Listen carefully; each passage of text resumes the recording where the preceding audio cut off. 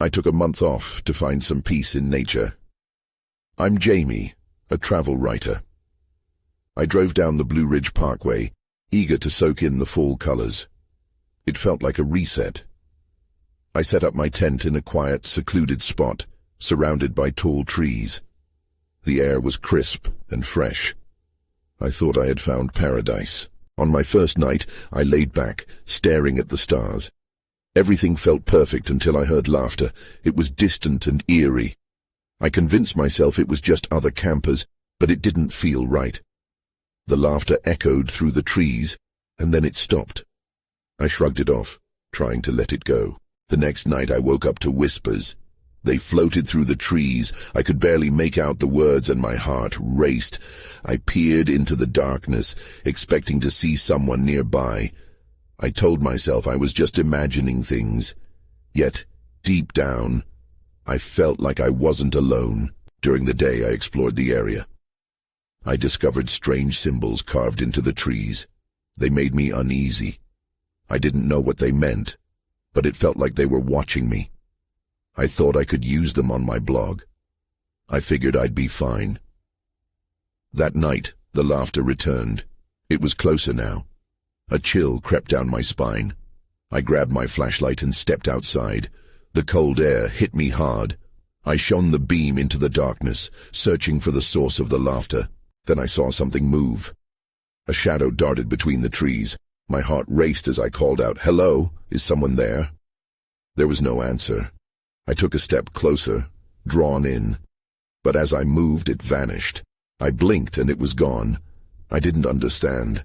The laughter turned into screams. It felt like a game turned sinister. I ran back to my tent, breathless and panicked. I decided to leave in the morning. I just wanted to escape. The strangest moment came the following night. A figure stood at the tree line. I could barely make it out, but it was staring at me. It asked, "Why are you here?" I froze.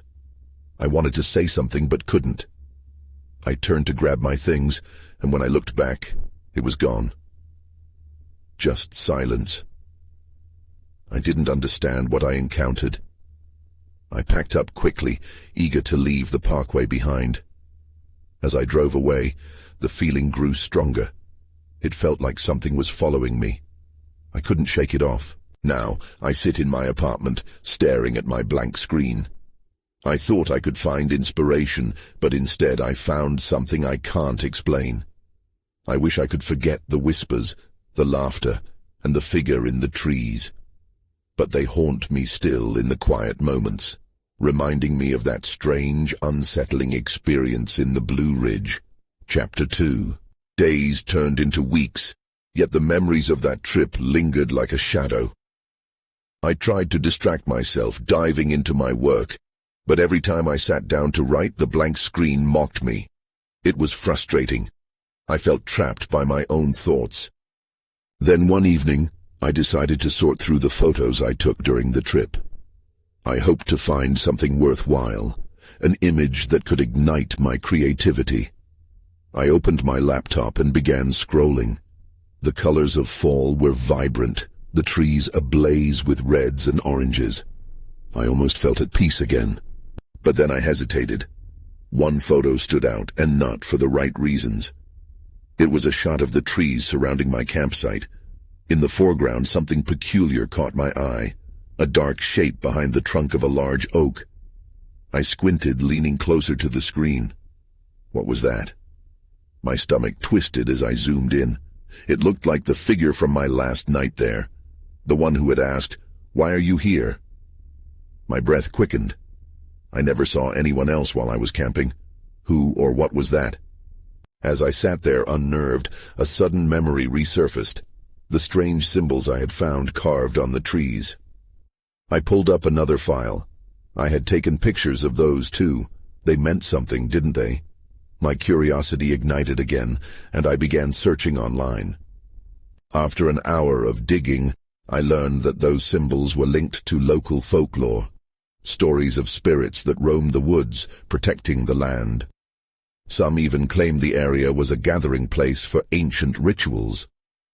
My heart raced as I absorbed the information. Was that figure a part of this? Was it warning me? Eager to make sense of it, I jotted down notes in a frantic sprawl. I needed to know more. The following day, I decided I would return to the Blue Ridge Parkway. I felt an odd pull drawing me back, despite the fear ranking in my chest. Perhaps I could confront whatever haunted me. I packed my bags and set out early. The drive felt different this time. The trees were less inviting, more like sentinels keeping watch. I arrived at the campground just as the sun dipped behind the mountains, the sky turning a deep orange. I set up my tent quickly, glancing around. The quiet felt heavy. As darkness enveloped the forest, I lit a small fire, trying to shake off the anxious feeling creeping over me. But the laughter didn't take long to come back. It echoed through the trees, louder now, and it twisted with an unsettling excitement. I gripped my flashlight, feeling the familiar chill crawl up my spine. Was I ready for this? I wondered now if coming back was a mistake.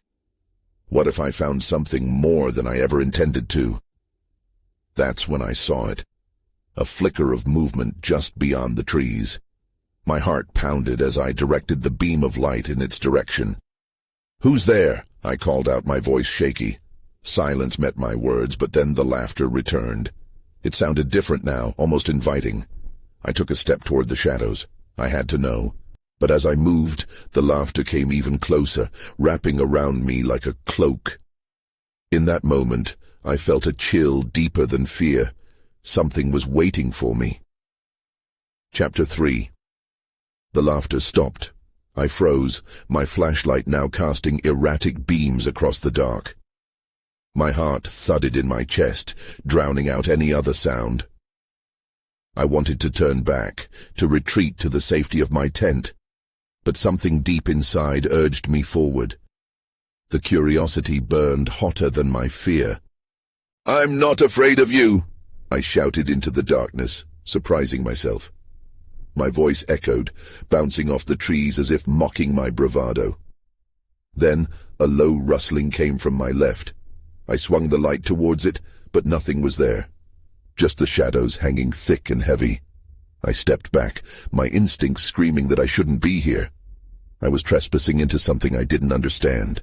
I glanced at my phone. No service. Of course. I should have predicted that. I took a deep breath, grounding myself. I had come here for answers, and I wasn't leaving until I got them. If the figure from my photo was here, I needed to find it. Just as I resolved to push ahead, I caught a glimpse of movement again, this time clearer, a shadow flitting between the trees. Before I could think, I took off in that direction. My heart raced, pounding as if trying to escape my chest. The underbrush cracked beneath my boots. I barely registered the chill settling in the air or the darkness closing in around me. My mind raced with questions. Who or what was that? Were they connected to the symbols?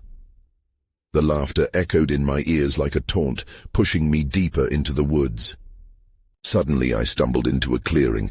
The moonlight illuminated a space encircled by towering pines. In the middle of the clearing lay a small stone altar, covered in moss and surrounded by those strange symbols I had seen before. My stomach churned. This was a site of rituals, just as the folklore described. Before I had a chance to process the implications, I noticed something shimmering on the altar. It was an object, half buried under the moss. I stepped closer, drawn to it against my better judgment. My fingers brushed against a cold, metallic surface. It was a necklace. I picked it up cautiously. The charm was a twisted shape, resembling one of the symbols I had seen carved into the trees. A sudden wave of panic surged through me. I dropped the necklace as if it had burned me, and it clattered onto the stone. That's when I heard it. A loud, echoing snap behind me, a branch breaking. I spun around, my breath hitching in my throat, then everything went dark. The flashlight slipped from my hand, extinguishing the only light in the clearing. I cursed under my breath, scrambling to pick it up as I strained to see. My pulse quickened. The laughter was back, but now it sounded closer, surrounding me like a storm. "What do you want?" I shouted, my voice trembling. I fumbled with the flashlight, flicking it on just as a figure stepped into the beam of light. But it wasn't the figure from my photo. It was something else, something more tangible and threatening, and it was closer than I ever expected. Chapter 4. The figure loomed in front of me, tall and indistinct, shrouded in the shadows. My heart hammered in my chest as I squinted, trying to make out its features. It didn't move, just stood there watching me, the laughter fading into an unsettling silence. I could feel my instincts screaming at me to run. "Who are you?" I stammered, my voice barely audible. The figure didn't respond. Instead, it tilted its head slightly, as if considering my question.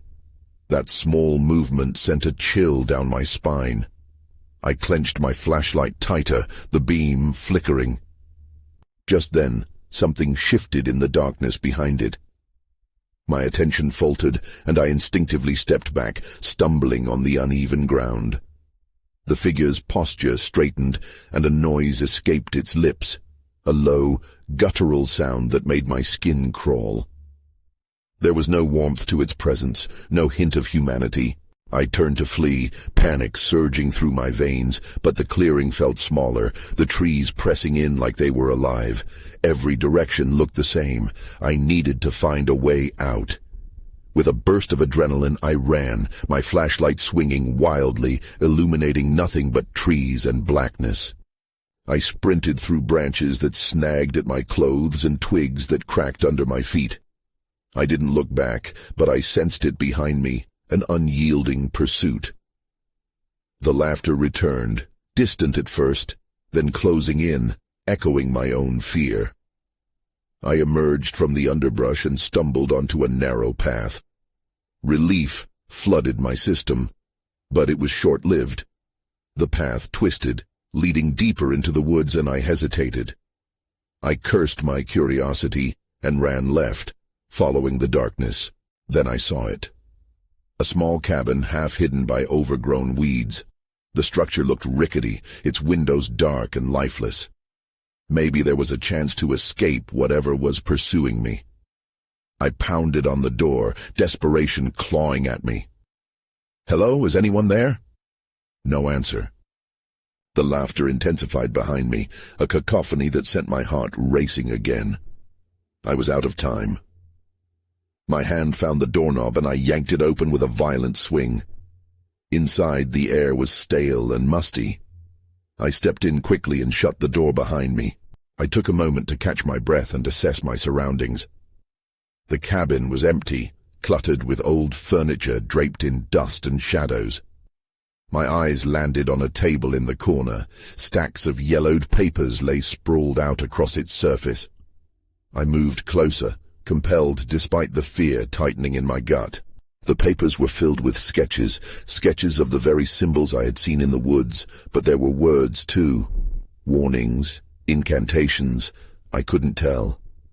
My fingers trembled over them, tracing the lines absent-mindedly until I caught something out of the corner of my eye. A figure stood in the window, its form distinct and clearer than before. It watched me intently, and this time I could feel the heat of its gaze. I whirled around, a chill coursing through me as I realized the laughter was gone. Now silence surrounded me, thick and oppressive. I stepped back toward the door, desperation clawing at my throat. I had to get out. But as I turned the knob, it wouldn't budge. I yanked it again, panic rising. I was trapped. And then I heard it, a faint whisper, echoing through the cabin. "You shouldn't have come here." Chapter 5. I froze, my heart pounding against my ribs. The voice was soft but laced with menace. "You shouldn't have come here." It wrapped around me like a fog, filling the room with chill. I turned slowly, scanning for the source. The light from my flashlight danced across the walls, but there was no one in sight. The figures from outside felt closer now. They hovered in the shadows of my mind, urging me to leave. But how? The air grew heavier, stifling my breath. What did that whisper mean? A warning? An accusation? I gritted my teeth, focused on the door. I needed a way out. I pulled again on the knob, panic slipping through my fingers like sand. This time I kicked the door, frustration boiling to the surface. "Open!" I shouted. No response. I pivoted back to the cabin's interior. The sketches on the table caught my eye again. I couldn't let fear hold me back. I had to figure out what was happening. I stepped forward, determined to unravel the mystery. As I flipped through the papers, one caught my attention. It depicted a figure similar to the one who'd menaced me earlier, but it was different. That figure had a name. A name inscribed beneath a symbol that looked like an intricate web. I squinted, trying to make sense of the letters. That's when I heard it again. The sound of creaking wood, faint but unmistakable. It came from behind me. I turned sharply, my flashlight beam slicing through the shadows. A shiver ran down my spine as I caught sight of a door at the back of the cabin that I hadn't noticed before. Its edges were dark and rough, as if it had been built from scrap. The faint scent of decay drifted through the cracks, the very air around it whispering danger. Against every instinct screaming at me, I found myself walking toward it. Maybe there was a way out through there, or maybe it held answers. Either way, I felt drawn to it. The whispers had grown louder, a disembodied chorus warning me, "Turn back." Reaching for the doorknob, I hesitated. What if whatever was behind it was worse? But as I took a breath, the door creaked open slightly, revealing a narrow staircase that spiraled into darkness. A dull, flickering light pulsed from below, taunting me. Finally, I stepped in, propelled by curiosity and terror.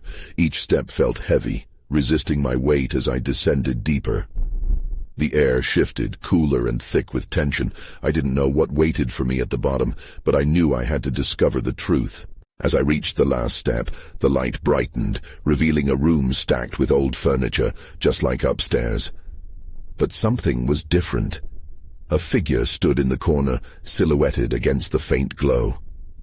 My pulse quickened as recognition settled in.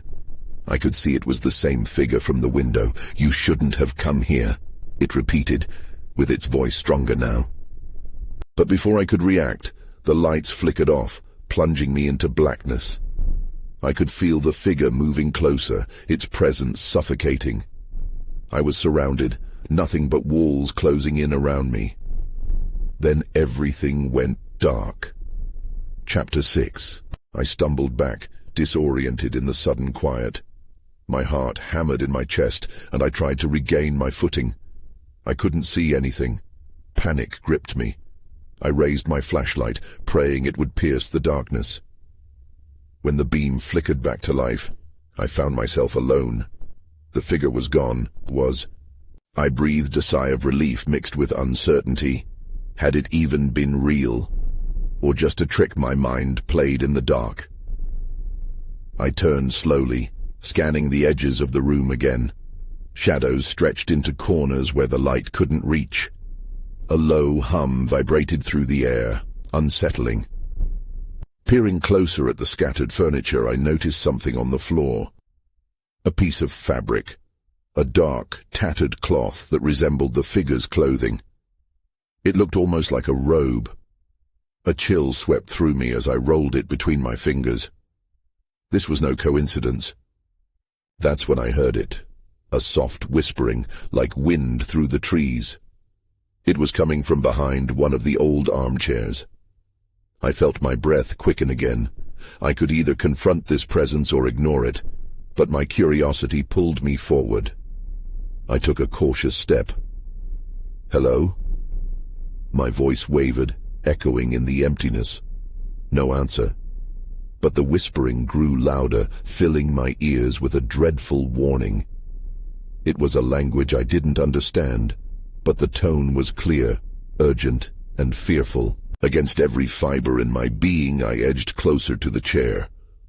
I was just about to move it aside when the whisper stopped, replaced by an eerie silence that pressed against me. I hesitated, hand frozen mid-air. Then something shifted behind the chair, and I recoiled.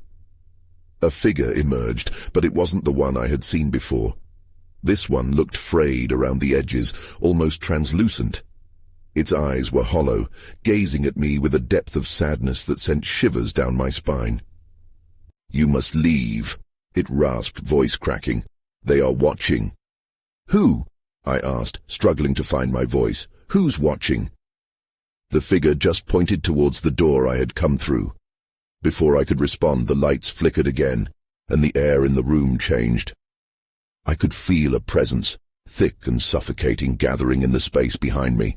Suddenly, the room erupted with noise, a cacophony of whispers and the sound of things shifting. I whipped around, shining my flashlight everywhere, but all I saw were shadows growing more monstrous by the second. In that moment, I realized my choice had been made for me. I dashed back towards the staircase, the figure's warning echoing in my mind.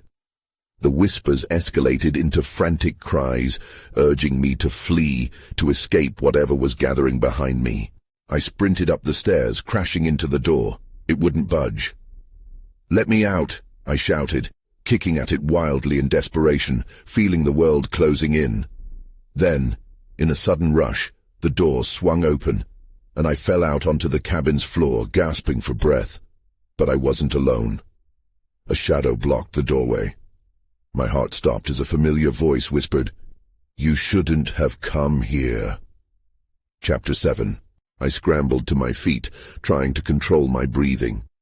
I couldn't shake the feeling of dread as the shadowy figure stepped into the light. It was him, Lucas, my childhood friend, but he looked different. There were dark circles under his eyes, and his skin had a grayish tint that sent chills down my spine. "What are you doing here?" I asked, my voice shaky. The memories of our summer adventures flooded back, but this time they felt tainted. "You weren't supposed to be here," he replied, his tone flat. "You need to leave now." "Why? What happened to you?" I pressed, trying to understand. "What's going on?" The light flickered again, and I caught a glimpse of something shifting in the doorway behind Lucas. A silhouette that loomed larger, darker. Fear gripped my chest. "Get away from the door!" I shouted. He didn't move. Instead, his gaze flicked sideways, panic flashing across his face. "You don't understand. They're not just watching. They want you." I took a step back, trying to grasp what he said. "Who wants me? What do you mean?" Before he could answer, the temperature dropped. I could see my breath clouding in front of me. An unnatural wind swept through the cabin, rattling the windows. Lucas flinched. "You need to run." Suddenly, a loud crash shook the room. I instinctively turned toward the sound.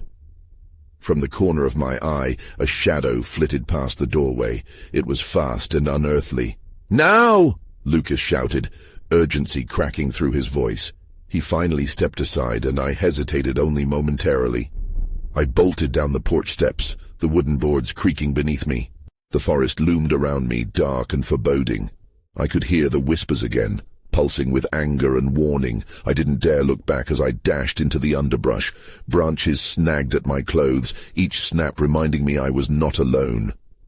As I stumbled through the trees, I caught a glimpse of something unnatural darting between the trunks. My heart raced. Whatever was watching me was not human. Then I spotted something on the ground, a journal, half buried under leaves. I bent to pick it up, my hands trembling. The cover was worn, and I could barely make out the faded name scrawled across it. "Lucas, I can't read this now," I muttered, but the urgency to know was overwhelming. Throwing caution to the wind, I flipped it open. The pages were filled with frantic scribbles and drawings. I could see sketches of the cabin, but it was the notes that caught my attention. Each page spoke of rituals, warnings, sacrifices, things I couldn't fully comprehend. My breath caught when I reached the last marked page, where the ink was smeared as if written in a rush. "The watchers come at night. Do not look into the shadows." Footsteps crunched in the distance, snapping me back to reality. I shoved the journal into my bag, heart pounding. I had to keep moving. I could feel the shadow drawing closer, twisting through the trees like a dark smoke. With no time left to ponder what I'd read, I took off again, racing deeper into the woods, but every instinct screamed that something was right behind me. Then, just as I thought I couldn't run anymore, I collided with something hard and solid. My vision blurred, and when it cleared, I found myself staring into the eyes of another figure. One I didn't recognize, but it wasn't the last thing I expected to see in the darkness. "Help me," it whispered, voice trembling, "before it's too late." Chapter 8. I stared at the stranger, heart hammering. His eyes were wide with fear, mirroring my own. He looked disheveled, like he had been running too. "Who are you?" I asked, ready to bolt again if I had to. "Doesn't matter," he replied urgently. "Just listen to me, you need to get out of these woods, they're everywhere." I didn't have time to process his words, but something in his tone felt genuine. I darted a glance over my shoulder, half expecting to see the shadow closing in. "What do you mean?" Before he could answer, a sound cut through the air, a low, guttural growl that made my skin crawl. The stranger's face drained of color. "We need to move now." We stumbled away from the noise, the darkness pressing in around us. I could hear branches crackling underfoot, and the whispers were more frantic now, almost insistent. I was still clutching the journal, my fingers digging into the worn pages. "What do you have?" he asked, glancing at my bag. "It's Lucas's." I hesitated, unsure how much to share. It had notes, about rituals and something watching us. "The Watchers. They want me," I admitted, dread pooling in my stomach. He cursed under his breath. "It's worse than I thought. There's a reason they want you. You have to understand, it's not just about survival. It's about what they want to do to you." His words sent chills down my spine. "What are you talking about?" He shook his head. "I'll explain later. We need to get to the river, it's our only chance." A rush of panic surged again. "The river? How do you know?" "Because that's where they can't follow." His voice was urgent, firm. I didn't have a better option, and I was terrified of being caught in this darkness. I nodded, and we started running. The thick branches clawed at me as we dashed through the underbrush. I could hear the growling again, closer this time, like a predator stalking its prey. "What's chasing us?"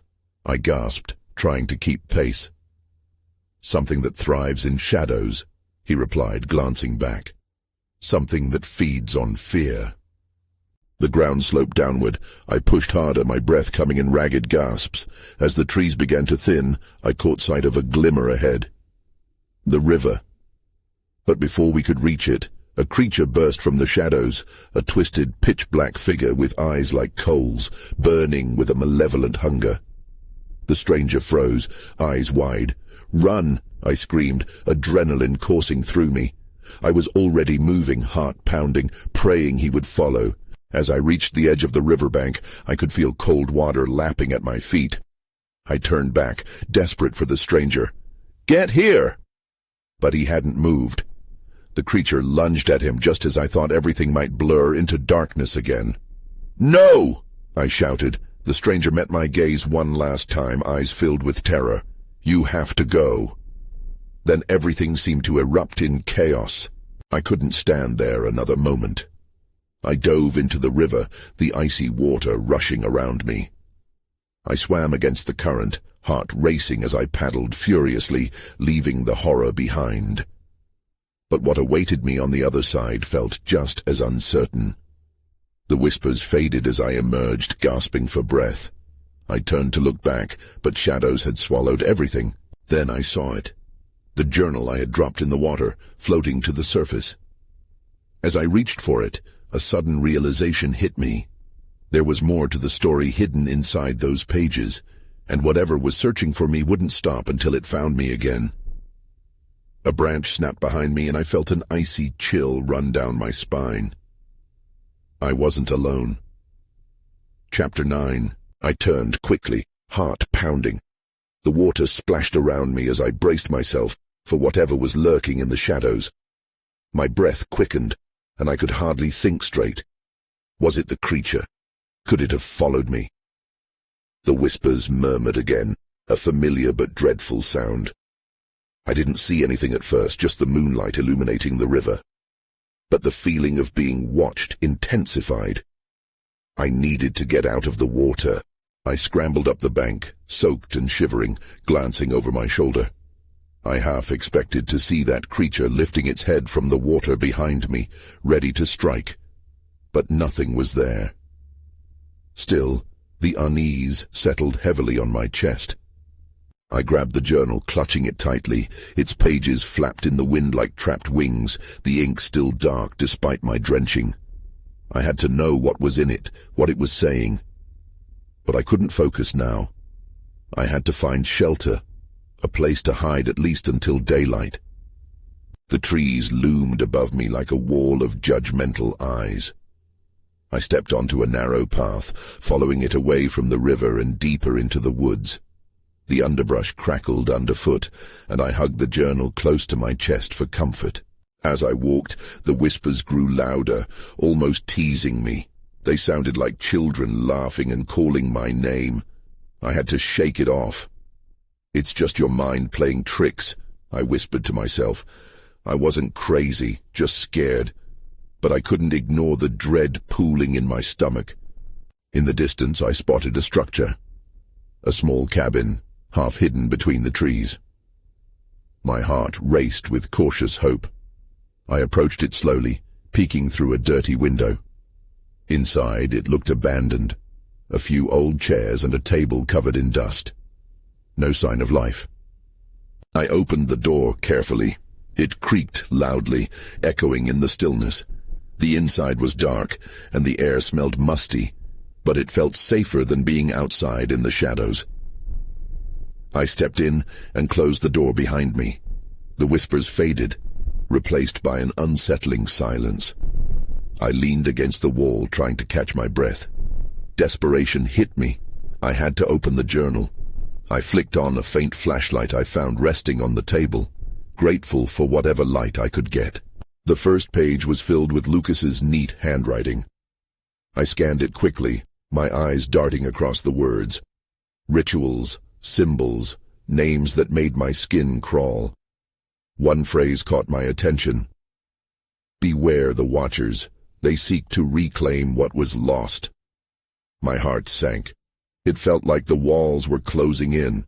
If they wanted me, if I was part of some plan. What did that even mean? "Lucas must have known," I murmured. "This is all connected somehow." I flipped to the next page and froze. A rough sketch caught my eye, a drawing of the very creature I had seen, its eyes, its twisted body, every detail lined with precision. And below, a chilling note. "They feed on fear. They take what they desire." A sudden sound shattered my concentration. A loud thud echoed outside. I jumped, the flashlight shaking in my hand. Terror flooded my senses again. Someone, or something, was at the door. I quickly dropped the journal, heart racing with panic. The handle rattled violently, and I knew I had to act fast. I was not safe here, and the darkness was coming for me again. Before my instincts could kick in, the door burst open. I took a step back, ready to flee, but what I saw made me freeze in place. It wasn't just one creature, they were all around me.